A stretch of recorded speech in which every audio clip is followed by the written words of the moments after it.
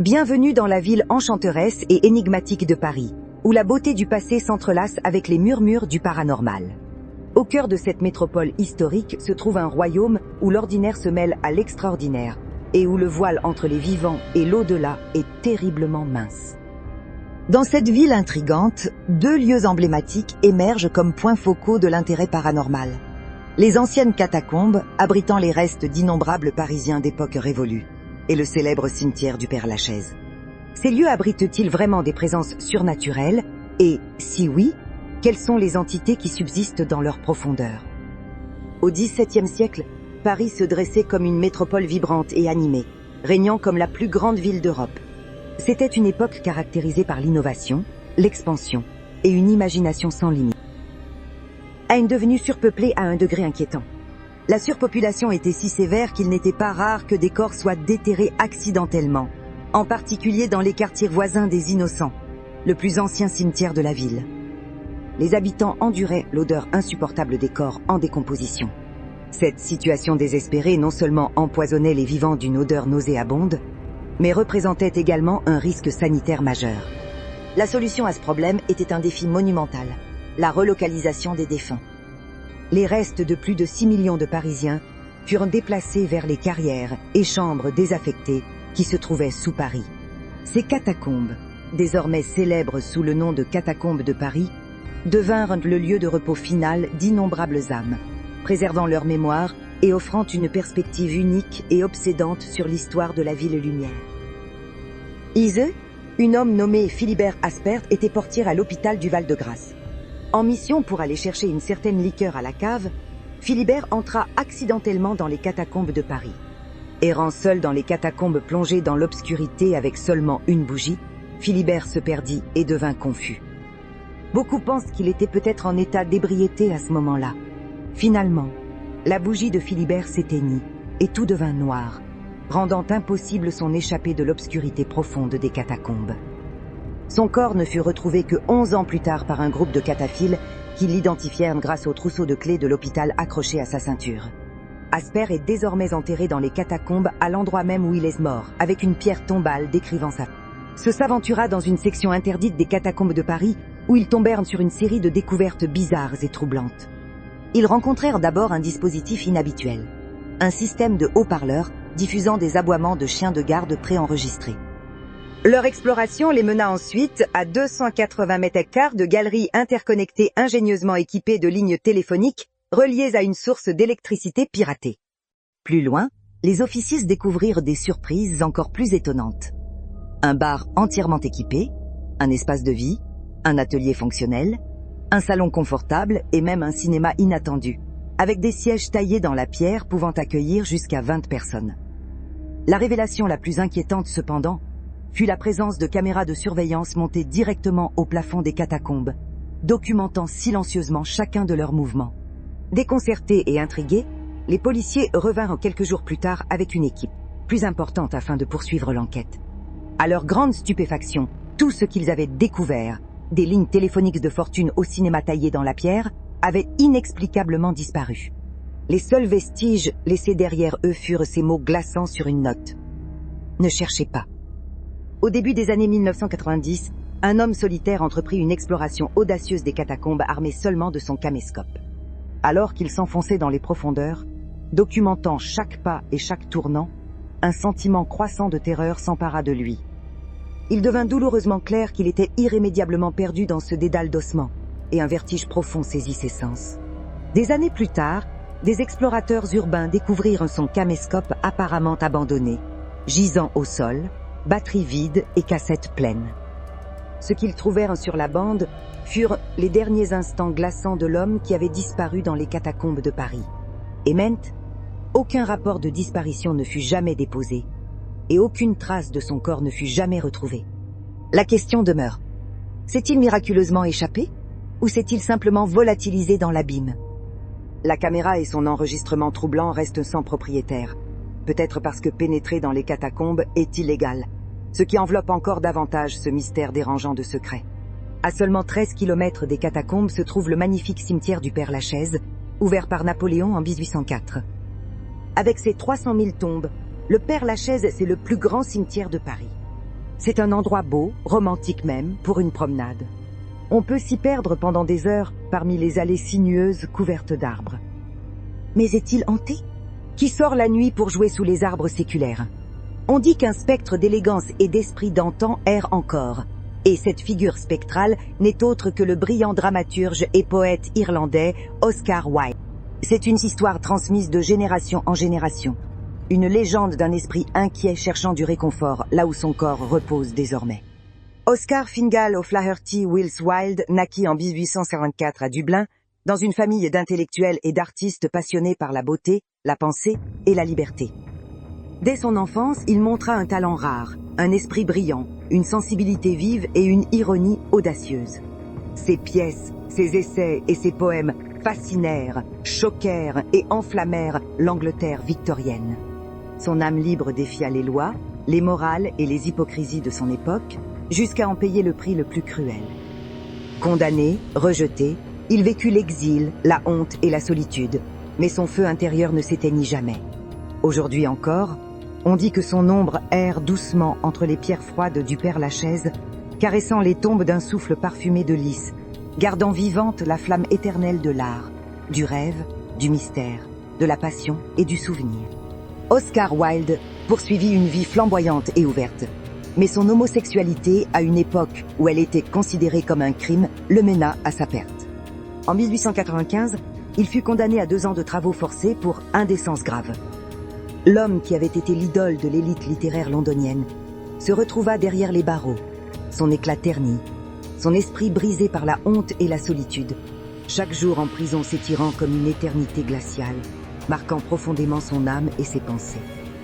À sa libération, il s'enfuit en France, espérant y trouver la paix et l'oubli, emportant avec lui le poids des humiliations et le souvenir amer des regards accusateurs.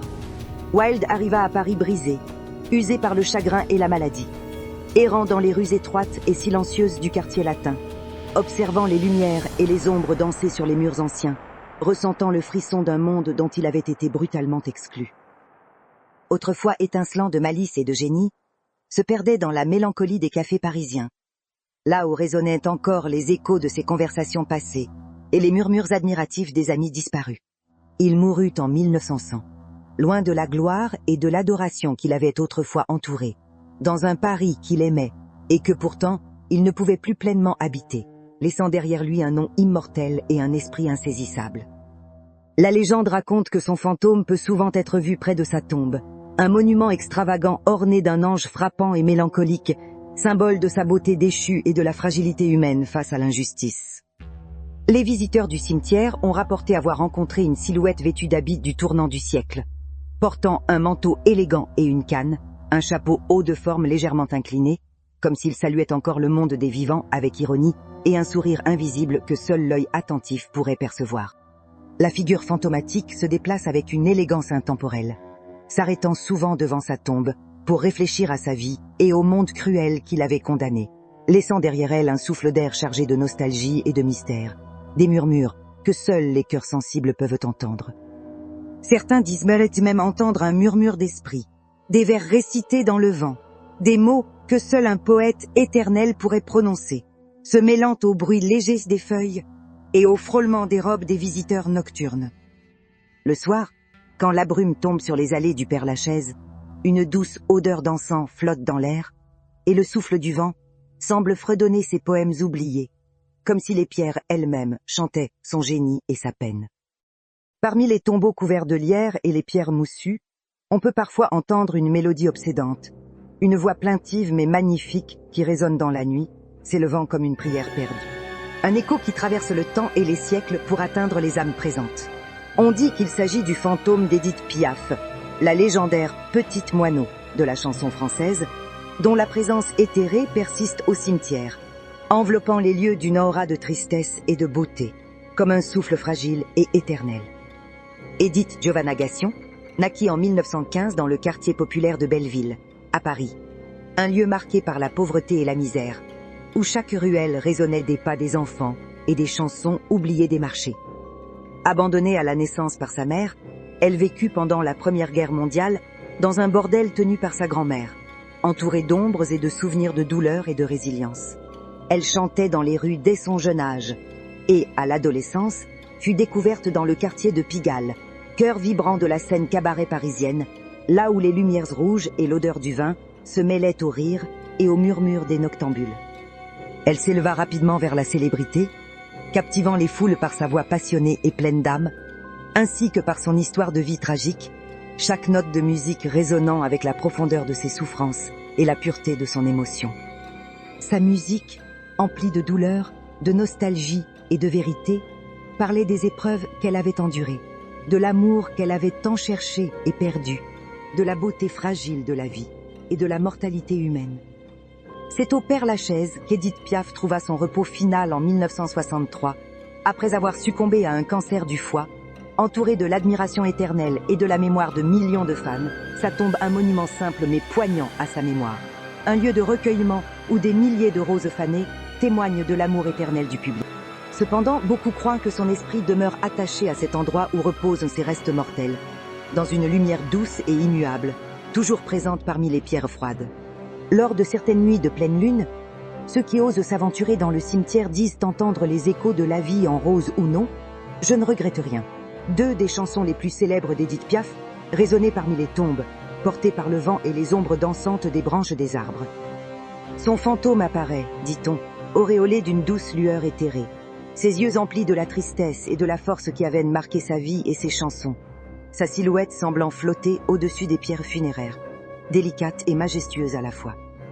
Les passants sentent parfois une chaleur étrange, un parfum de poudre et de roses anciennes, comme si la chanteuse murmurait encore ses refrains d'amour aux âmes endormies.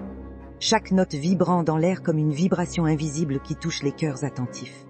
Le vent semble alors chanter avec elle, emportant sa voix jusqu'aux rues de Belleville, comme un écho venu d'un autre temps, un souvenir mélodieux qui traverse la ville et effleure l'âme de ceux qui l'écoutent. Notre dernière histoire de fantôme concerne la tombe la plus célèbre et la plus visitée du Père-Lachaise, celle de Jim Morrison, chanteur des Doors. James Douglas Morrison naquit en 1943 à Melbourne, en Floride, et devint l'un des musiciens de rock les plus emblématiques et influents du XXe siècle. Avec sa poésie envoûtante, sa présence scénique électrique et sa voix charismatique et obsédante, Morrison devint une icône de la contre-culture et de l'ère psychédélique, captivant l'imagination de jeunes et vieux à travers le monde. Ses paroles et sa musique restent engravées dans le cœur de millions de fans. Morrison était connu non seulement pour son talent musical, mais aussi pour son style de vie sauvage et rebelle, pour sa recherche incessante de liberté et de sens dans un monde en mutation. Il incarnait la contre-culture des années 60, embrassant l'amour libre et l'exploration de la conscience par les drogues psychédéliques, ses actions et son art défiant les conventions et laissant une empreinte indélébile dans la mémoire culturelle. Au sommet de sa gloire, il vivait à Paris, arpentant les rues du quartier latin, rêvant de poésie et d'éternité, se mêlant aux écrivains, artistes et esprits créatifs de la ville lumière. Le 3 juillet 1971, il fut retrouvé mort dans la baignoire d'un appartement parisien. La cause officielle, une insuffisance cardiaque. De nombreux témoignages rapportent avoir aperçu son spectre errant dans le cimetière, en particulier autour de sa tombe, une présence qui semble défier le temps et les lois de la mort. Certains affirment même avoir capturé cette apparition en photo, figée dans l'éternité. En 1997, lors d'un voyage à Paris, l'historien du rock Brett Meisner visita la tombe de son idole et demanda à un ami de le prendre en photo. Quand le cliché fut développé, une silhouette spectrale vêtue de blanc apparut derrière lui, ressemblant étrangement à Jim Morrison, avec ses cheveux longs flottant comme s'il dansait au vent et son regard intense transperçant l'objectif. L'image fut analysée et réanalysée, sans qu'aucune manipulation ou trucage ne puisse être démontrée, son authenticité demeurant troublante et fascinante à la fois.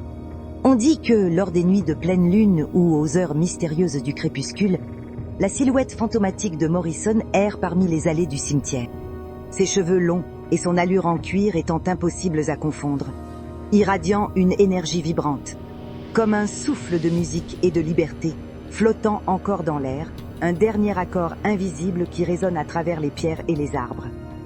Les visiteurs jurent de sentir cette présence, un mélange de frissons et d'admiration, une onde de créativité et de nostalgie qui emplit le cœur et l'esprit. Merci de nous avoir accompagnés dans ce voyage glaçant, à travers les secrets et les histoires de Paris, à travers la mélancolie, la beauté et les mystères enfouis.